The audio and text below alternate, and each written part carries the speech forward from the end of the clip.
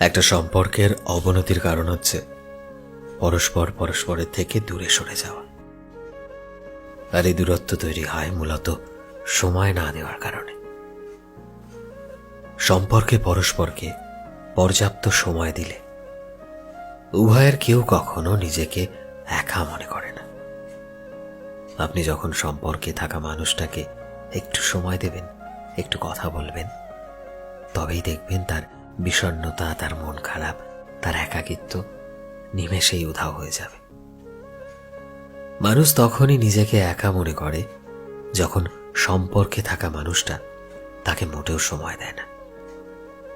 মানুষ সম্পর্কে জড়ায় নিজেকে ভালো রাখতে, আর সেই সম্পর্কই যখন তার খারাপ থাকার কারণ হয়ে দাঁড়ায় তখন সে হতাশায় ভুগতে থাকে।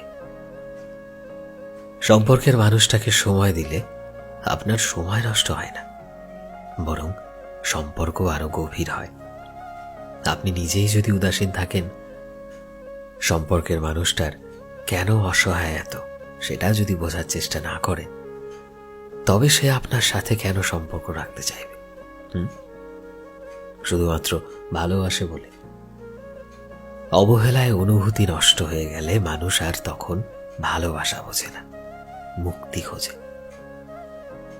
কাউকে বুঝতে হলে তাকে সময় দিতে হয়, অনেক অনেক সময় দিতে হয়।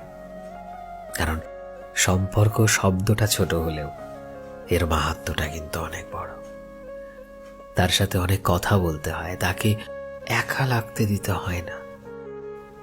সম্পর্কে আপনি যতই যত্নবান হন না কেন, যদি সামান্য সময়টুকু সম্পর্কের মানুষটাকেই দিতে না পারেন, তবে আপনার সমস্ত প্রচেষ্টাই বৃথা। মানুষ যত্ন চায়, সম্পর্কের মানুষটার কাছ থেকে সময় চায়। আর যদি সম্পর্কে থেকেও সেই দুটোর একটাও আপনি দিতে না পারেন, ঠিক তখনই সে আপনার থেকে মুখ ফিরিয়ে নেয়। সেখানে যতই ভালোবাসা, মায়া কিংবা পিছুটান থাকুক, মানুষ সেই সম্পর্ক থেকে মুক্তি চাইবেই।